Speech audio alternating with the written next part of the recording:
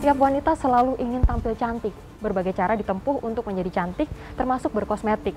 Namun apa jadinya jika bisnis kecantikan justru dicurangi oleh oknum pembuat kosmetik palsu?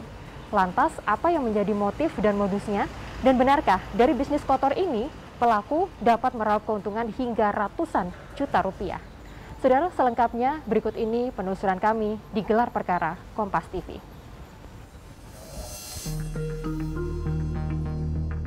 Produksi rumahan kosmetik palsu di kawasan Lebak Timur, Surabaya dibongkar anggota Subdit Indaksi di Treskrimsus Polda Jawa Timur. Polisi membekuk seorang pelaku berinisial BS yang merupakan produsen kosmetik palsu. Pengungkapan ini berawal dari adanya pengiriman kosmetik bermerek KLT menggunakan jasa ekspedisi. Setelah dilakukan pengecekan, akhirnya diketahui kosmetik ini palsu dan dilaporkan ke pihak Polda Jawa Timur. Tim gelar perkara mendatangi pihak kepolisian. Menurut polisi, pabrik kosmetik ini sudah berjalan sejak tahun 2019 lalu. Pelaku mencampurkan semua bahan tanpa takaran yang akurat dan tidak memiliki izin edar. Saudara, saat ini saya sudah bersama dengan Kasubdit Tipit Indaksi AKBP Oki Ahadian. Kita akan bahas lebih jauh terkait dengan kosmetik palsu yang ada di depan kita ini. Jadi di depan kita nih Pak ada beberapa kosmetik. Ini yang palsu berarti ya Pak? Ya, ini yang palsu. Jadi beberapa waktu yang lalu kami dari jajaran di Treskrimsus Polda Jatim berhasil mengungkap masalah kosmetik palsu. Nah, pada tanggal 12 Maret ya, 2022.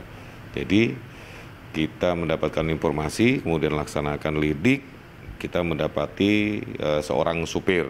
Nah, berawal dari situ, akhirnya kita bisa mendatangi rumah yang bersangkutan, rumah tersangka ini. Supir ini berarti perannya sebagai apa nih? Dia mengantarkan kosmetik ini untuk dikirimkan kepada pembeli. Jadi kita temukan dia berada di JNT, gitu pengiriman. Jadi sistemnya si tersangka ini menjual online. Ini tapi kalau dilihat dari segi produknya mungkin bisa diangkat salah satu Bapak, boleh yang mana? Apa sih yang terlihat mencolok mungkin perbedaannya dengan kosmetik yang asli? Ini tidak ada perbedaan sama sekali ya. Jadi dia tiru betul-betul sama dengan produk aslinya dari KLT. Terutama kemasannya itu tadi ya? Iya, dari sisi kemasannya. Namun isinya yang tidak sama. Jadi isinya yang berbeda. Tapi kalau dari model cepuknya, kita sebut cepuk ini, cepuk atau wadahnya, itu sama persis dengan produk KLT yang resmi. Ya. Kalau dari sisi harganya Pak? Kalau dari sisi harganya selisihnya sekitar 110.000 lebih murah. Maksudnya dia tersangka ini menjual sekitar harga 90-an ribu. 90.000 itu permisi. Ini satu paket ini ya. Isinya adalah sabun muka. Ya, sabun muka, ada face toner, ada face wash gitu. Ada krimnya juga, ini juga berbagai macam. Oke, jadi kalau saya tunjukkan kepada Anda nih saudara, yang beberapa yang ada di depan atau yang di dalam kemasan ini ada face wash atau sabun muka, lalu ada krim malam, ada day cream atau krim pagi, lalu juga ada toner. Jadi ada 1, 2, 3, 4. Ada 4 produk yang ini dijual 110.000 lebih murah Bapak ya, dibandingkan dengan harga aslinya atau pada produk aslinya. Jadi ini dijual Rp90.000, kalau yang asli Rp200.000 dijual secara online. Kalau yang produk asli bisa online, bisa langsung dia di tokonya ada, resminya ada, itu toko resminya ada. Tapi kalau yang palsu ini lewat online? Hanya online. Nah, dia untuk mengelabui petugas, makanya dia tidak memasang toko atau dia membuat toko secara resmi, nggak ada. Dia hanya secara online aja. Sudah berapa lama nih Pak bisnis ini dilakukan? Dari tahun 2000, berdasarkan dari pemeriksaan kita itu tahun 2018 Mbak. Dari tahun 2018 sampai sekarang. Sekitar 4 tahunan berarti ya? Hampir 4 tahun. Ya ekonomi aja Mbak ya. Jadi dia memanfaatkan produk yang resmi, yang mempunyai izin, dan dia mendapatkan keuntungan yang lebih besar gitu kan. Karena dia bahannya juga lebih sederhana ya. Apa saja bahannya Pak? Ada air biasa, air putih biasa, kemudian dia ada bahan perwarnanya, ada sabun gitu, sabun-sabun biasa.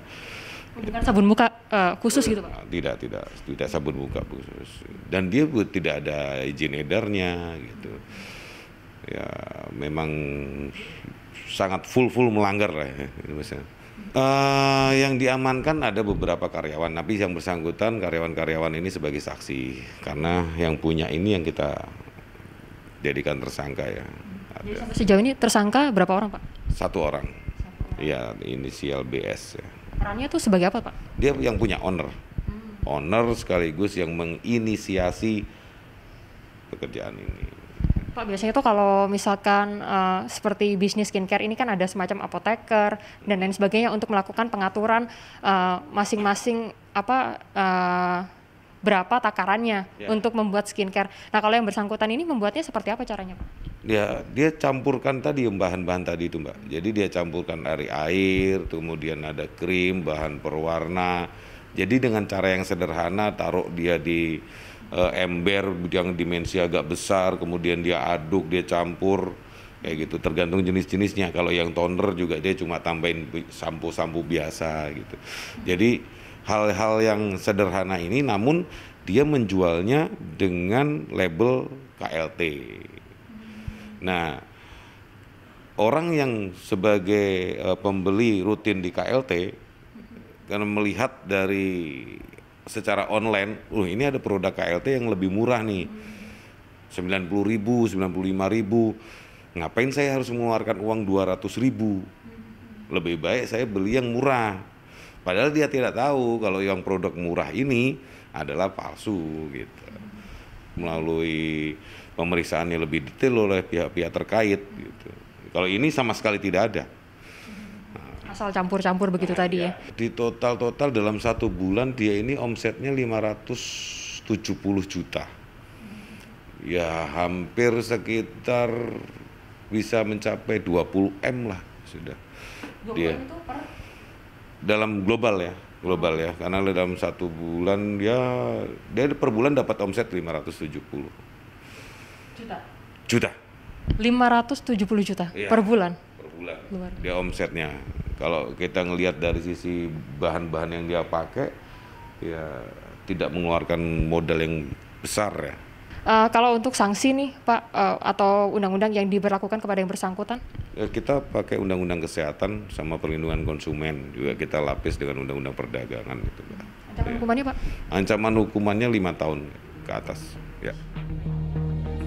Menurut dokter kecantikan, kosmetik palsu dapat membahayakan kulit. Para penggunanya dapat mengecek tanda BPOM sebelum digunakan. Saudara, saya sudah bersama Dr. Sylvia Lerik. Kita akan tanyakan lebih jauh terkait bahaya dari kosmetik palsu ini seperti apa sebetulnya. Dokter, kalau kita berbincang mengenai kosmetik palsu yang sebelumnya juga sempat beredar, informasi yang kami terima ini dari tahun 2018 sampai dengan tahun 2022.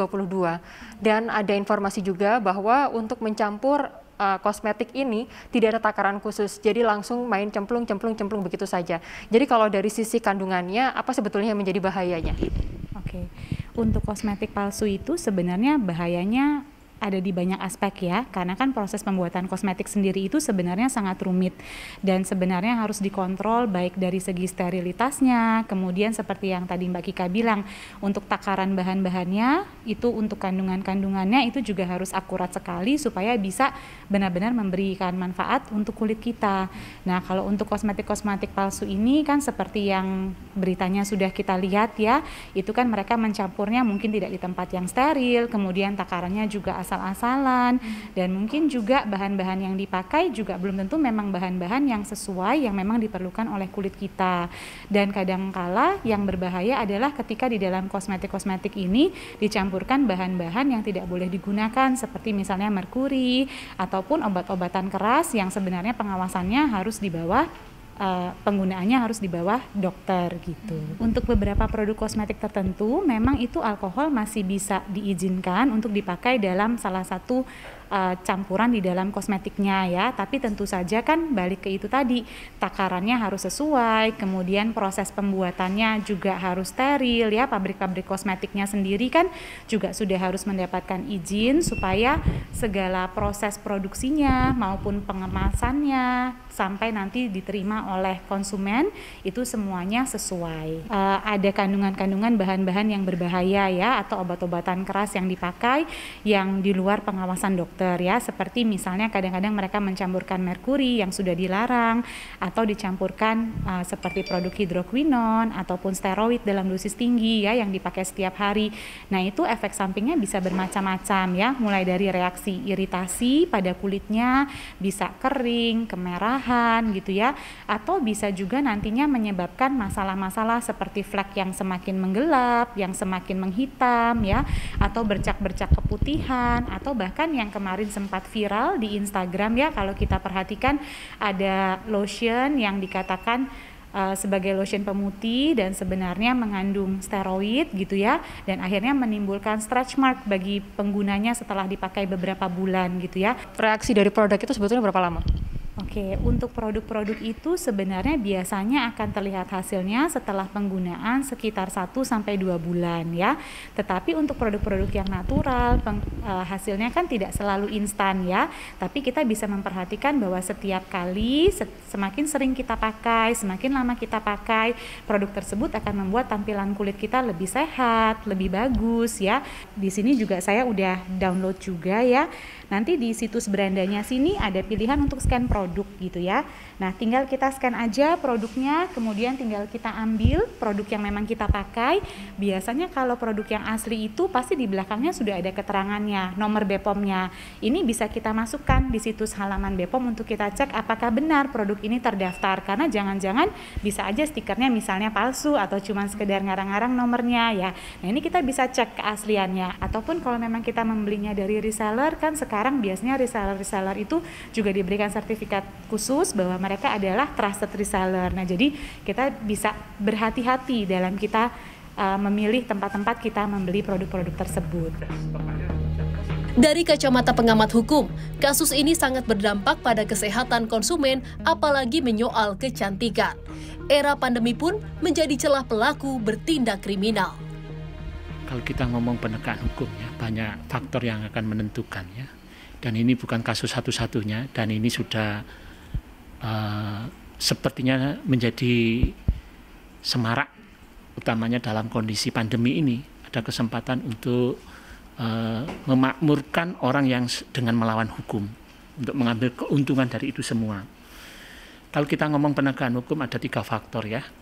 Undang-undangnya sudah jelas kok. Kalau soal tentang pemalsuan merek gitu ya, undang-undangnya sudah ada, sudah jelas, tapi justru penegakannya itu sangat dipengaruhi oleh perangkat aparat penegak hukumnya. Siapa dalam itu? Tentu kepolisian di depan. Nah, baru masyarakatnya. Masyarakat ini justru mengambil inisiasi dengan kelonggaran-kelonggaran apa yang terjadi. Kelihatannya waktu pandemi ini digunakan untuk hampir semuanya orang dalam rangka boleh berusaha, oke, tapi tidak harus dengan melanggar hukum. Ini terjadi. Kembali lagi terhadap kesehatan rakyat, kesehatan masyarakat. Perlu diketahui bahwa hak hidup sehat itu dijamin kok secara konstitusi, tepatnya pasal 28H dari konstitusi kita, Undang-Undang Dasar 45. Siapa yang dirugikan dalam ini? Tentu konsumen. Konsumen itu diberikan hak untuk mendapatkan perlindungan. Kalau kita bicara masyarakat, rakyat masyarakat, maka negara harus hadir. Dalam ini penegak hukum harus hadir untuk melindungi rakyatnya, melindungi masyarakatnya. Undang-undang sudah memberikan, ya, undang-undang memberikan. Tadi sudah ketemu undang-undang merek, kemudian undang-undang perlindungan konsumen, terlebih dengan undang-undang kesehatan. 3 undang-undang ini yang menurut saya dalam rangka untuk melindungi konsumen atas pelanggaran-pelanggaran merek yang diberikan. Thank you. Saat ini menjadi cantik adalah tuntutan sekaligus pilihan. Sebagai konsumen, kita wajib untuk selektif dalam memilih produk demi memproteksi wajah dan tubuh kita dari bahan-bahan yang berbahaya.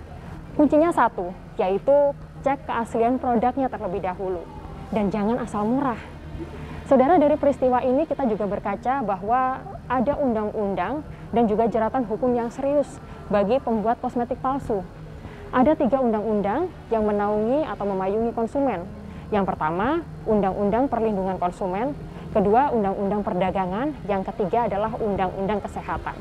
Tak main-main, jeratan hukumannya bagi pembuat kosmetik palsu hingga 5 tahun penjara. Tika Madona, Alfian Rahman, Kompas TV, Surabaya, Jawa Timur.